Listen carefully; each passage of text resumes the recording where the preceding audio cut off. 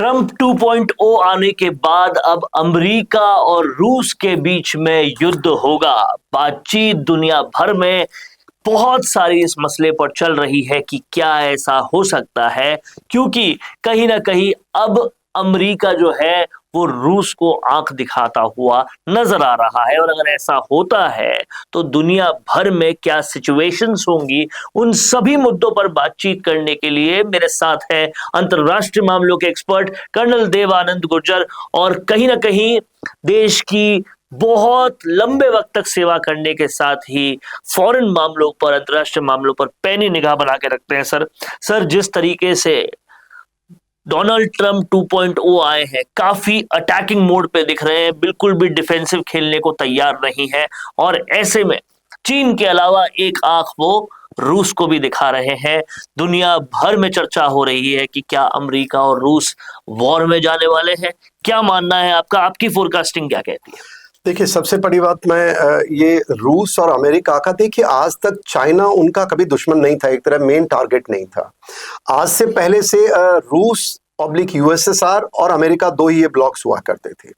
और ये जो राष्ट्रीय नीतियां हुआ करती हैं, व्यक्ति के आने से कम बदलती हैं, राष्ट्र की नीतियां ज्यादा चलती हैं। पर ट्रंप साहब के आने से कुछ ऐतिहासिक 3-4 चीजें मैं रिपीट करना चाहूंगा, आप सबको पता है।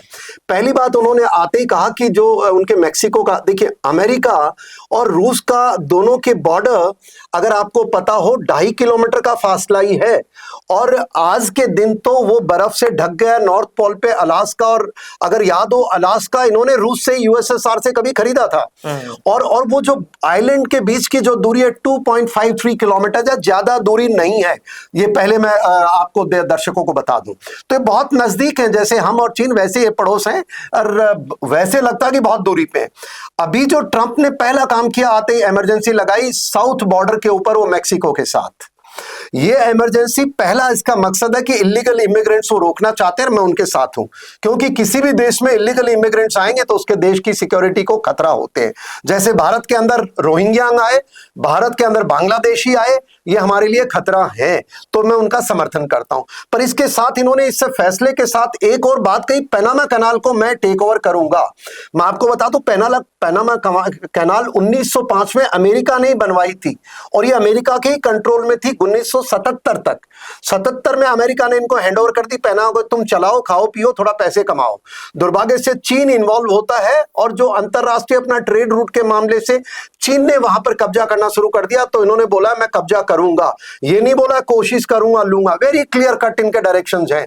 और मैं मान के चलता हूं चाइना की कोई औकात नहीं है उनके पास में बैठ करके उनको चैलेंज कर सके। नंबर 1, तो पूरी तरह से अटैकिंग मोड। बिल्कुल। दूसरा, इन्होंने कहा कि कनाडा, वैसे देखिए कनाडा भारत का विरोधी हरकतें कर रहा था पन्नू को लेकर के, जिस प्रकार हमारे देश के लिए वो एक एंटी हरकत कर रहा था। उन्होंने उसको क्लियर कह दिया कि भाई आ जा, 51st मेरा स्टेट बन जा, तुम भी खुश रहोगे, हम भी खुश रहेंगे। अब वो उनके लिए जरूरी है कि अमेरिका जितना एक्सपोर्ट कनाडा करता है, कनाडा क्या करता है, दुनिया भर से सामान मंगाता है और महंगे दामों पे बेचता है किसको, अमेरिकन को। अमेरिका ने बोला मैं तेरी सैंक्शन लगाऊंगा, तेरा सामान नहीं लूंगा, या तो मेरा स्टेट बन जा, क्लियर बोल दिया उसने। पर इसमें उसका क्या है, थोड़ा सा इतना मजबूत नहीं है। बट उससे बड़ी बात, उसके ऊपर जाओ, ग्रीनलैंड के ऊपर। ग्रीनलैंड के जो अभी उनके जो राष्ट्रपति हैं, शायद जो महिला हैं, उनको फोन परसों किया, बताते कहते हैं हेलो हाउ आर यू, मैं ग्रीनलैंड मेरे को कितने पैसों में दोगे आप, और अगर तुम नहीं दोगे तो मैं ले लूंगा। तो means he is very clear on the मैंने क्या करना है। कहीं लिपापोती नहीं है जैसे हिंदुस्तान में पॉलिटिशियन करते हैं, देखेंगे, या चीन की तरह वो आगे आप पीछे। ये क्लियर कहा इसने, ये इनका एग्रेसिव मूड है। इसके साथ साथ इस अग्रेशन में उसने पहले कहा था कि इजराइल हमास टेररिस्ट ऑर्गेनाइजेशन को मैं बर्बाद कर दूंगा। एक तरह से हमास के साथ उन्होंने उनकी पीस डील साइन करवा दी, और इजराइल को बोल दिया कि भाई जो करना है उधर सेटल कर दिया। ओथ से पहले, शपथ से पहले ही वो साइन कर गए दोनों। प्रेशर। दूसरा, उसने कहा था कि मैं रूस के साथ अपना ये क्या बोलते हैं लड़ाई युद्ध समाप्त कर दूंगा। देखिए, दो चीजें होती हैं, एक पब्लिक के लिए कुछ चीजें होती है, एक बैकडोर डिस्कशंस डिबेट चलती है। जब उन्होंने कहा तो कभी ऐसे नहीं नहीं कहा होगा बिना कोई उनके इश्यूज। बट अभी देखिए जो ही वो आए तो उन्होंने बोला कि रूस तुम बंद करो, यूक्रेन को तो उसने पैसे देने बंद ही कर दिए, कहता भाई तुम बंद करो। और तो रशिया कहता नहीं नहीं क्या कर लोगे, तो ये बात आई कि भाई हम सैंक्शन, कहते वो तो तुम इतने साल से लगा रहे हो, सैंक्शन लगाने के बाद भी मैं तो प्रोग्रेस कर रहा हूं और मेरा तेल जा रहा है। तो बड़ी स्मार्ट इसने मूव किया। देखिए मैं आपको वरुण जी बताऊं, इन्होंने क्या किया, जो एक एक सऊदी है, अगर आपको वहां के प्रिंस हैं उनसे ट्रंप ने बोला जितने भी दूसरे सिक्योरिटी अलायंसेस हैं, बोलो भाई तुमको मेरे को वो प्रोटेक्शन मनी देनी पड़ेगी। क्या देनी पड़ेगी? Protection money. अगर आपको मेरा लाइक नाटो है, नाटो तभी चलेगा जब तुम 5% अपनी जीडीपी इसमें दोगे, तो ही मैं I will work for you, otherwise तुम जानो तुम्हारा काम जाने। And I agree with him. वो इंडिया में जैसे हम बांट रहे हैं, क्या बोलते हैं रेवड़ी बांटना, ये किसी ने रेवड़ी बांटी, ट्रंप ने आके बंद किया, बहुत अच्छा। यही क्योंकि उनका सऊदी के साथ कॉन्ट्रैक्ट था, तो प्रिंस को इसने बोला कि भाई देख प्रोटेक्शन मनी दे। बोला हुजूर $600 मिलियन ये लो, ऑलरेडी बोला मैं दे रहा हूं। तो ट्रंप ने कहा नहीं नहीं, तो 600 बिलियन नहीं, मैं आपको वो अभी जो लेटेस्ट डेवलपमेंट बता रहा हूं। उन्होंने अब क्योंकि जो सऊदी है वो उसके ओपेक जो कंट्रीज का जो है उनका चेयरमैन है, तो वो भाव को कंट्रोल करते हैं। उन्होंने कहा कि तुम तेल के भाव कम कर दो। तेल के भाव क्यों कम कर दो? उसने एक तीर और कई निशाने लगाए। पहला, भाव कम करते ही रूस का जो सप्लाई, रूस क्रम्बल हो जाएगा, कि रूस भी आंखें दिखाने लग गया था तो मेरा क्या करेगा। तो ये बिजनेसमैन इस तरह काम करते हैं। अब इधर से सऊदी को अपने साथ कर लिया, तेल के भाव कम होते ही रूस तड़फेगा। इससे बड़ा एक तीसरा सवाल है, आपको पता होगा कि दुनिया में सबसे बड़े तेल के, रिफाइंड तेल के, जो मतलब यूजेबल हाइड्रोकार, वो कहां है? वो अमेरिका में है, सबसे बड़ी रिजर्व। अमेरिका दुनिया से हर देश से सबसे बड़ा इंपोर्ट करता है तेल को, और वो स्टोर कर रहा है। तो अब क्या हुआ कि इन्होंने इमीडिएटली पावर में आते ही, वरुण जी आपने देखा होगा, उन्होंने कहा कि I exit from Paris deal of environment. वो क्यों किया? वो इसलिए किया कि पेरिस डील से एग्जिट हो जाएगा तो उसका जो तेल का अनगिनत भंडार है उसका क्या होगा।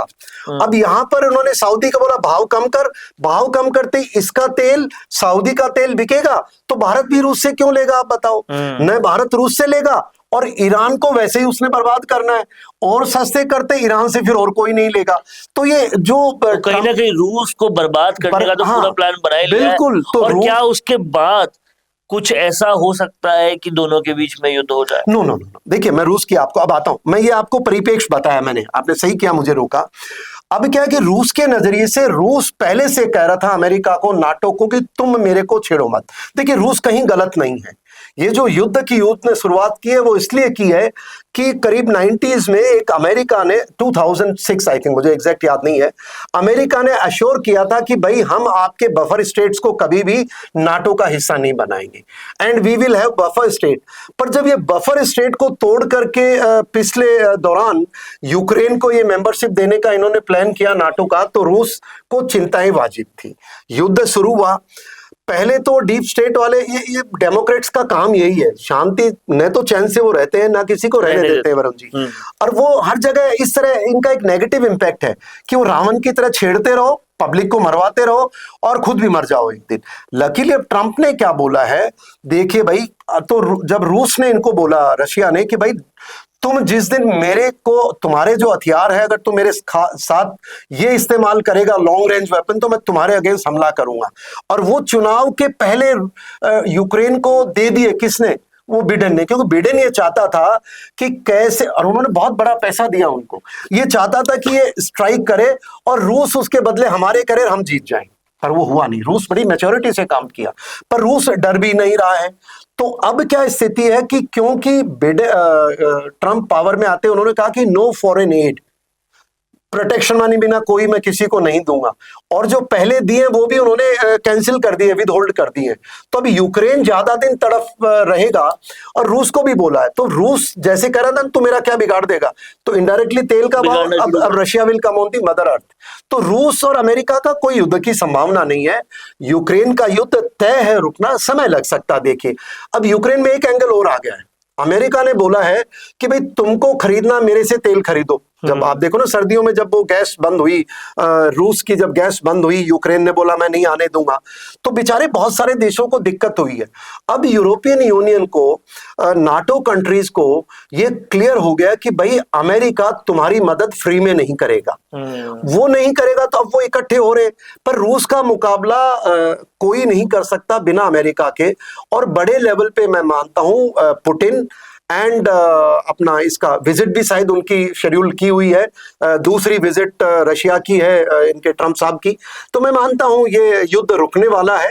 और रूस क्योंकि अब वो सामरिक दृष्टि से अमेरिका के सेंटर पॉइंट नहीं है, अब सेंटर पॉइंट शिफ्ट हो गया चाइना, तो उस नजरिए से मैं मानता हूं। और एक और बड़ी बात है, देखिए पुतिन का इसका ट्रम्प का एक बहुत बड़ी चीज है कि टेररिज्म के खिलाफ और इलीगल इमिग्रेशन के खिलाफ मैं बिल्कुल सख्त हूं।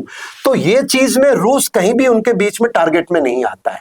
तो मैं मानता हूं ये शांति की ओर बढ़ रहे हैं और जल्दी ही, ये थोड़े समय लगेगा और शांति स्थापित करेगा, वक्त लगेगा, लेकिन एक शांति आएगी और ये जो शांति है कहीं ना कहीं विश्व शांति की तरफ जाएगी और भारत भी उसमें एक अच्छा रोल निभा सकता है।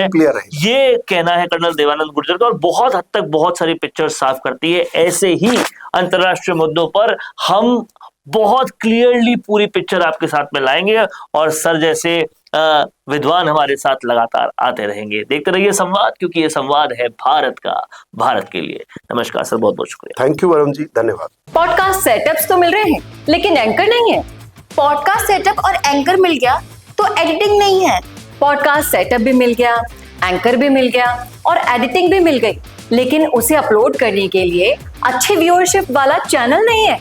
और अगर वो सब भी मिल गया तो पॉडकास्ट को अच्छे एसईओ के साथ अपलोड करने का डिजिटल सपोर्ट नहीं है। और अगर ये सारी चीजें एक साथ मिल रही हैं तो प्राइस बहुत ज्यादा हाई है। तो अगर आपको ये सारी चीजें चाहिए आपके अपने जयपुर में, जो आपको पॉडकास्ट सेटअप्स, एक्सपीरियंस एंकर्स, शानदार studio, amazing editing, 6 crore plus views वाले चैनल पर अपलोडिंग, और तो और सिर्फ पॉडकास्ट ही नहीं, उसके साथ आपको मिल रही है उसी पॉडकास्ट में 5 रील्स फ्री, वो भी सिर्फ 8,000 रुपए में। और ये सब कुछ मिल रहा है आपको सिर्फ और सिर्फ मिशी मीडिया सॉल्यूशंस में। तो सोच क्या रहे हैं? अगर आप भी चाहते हैं पॉडकास्ट के जरिए पूरे सोशल मीडिया पर छाना, तो अभी कॉन्टैक्ट कीजिए स्क्रीन पर दिए गए नंबर पर।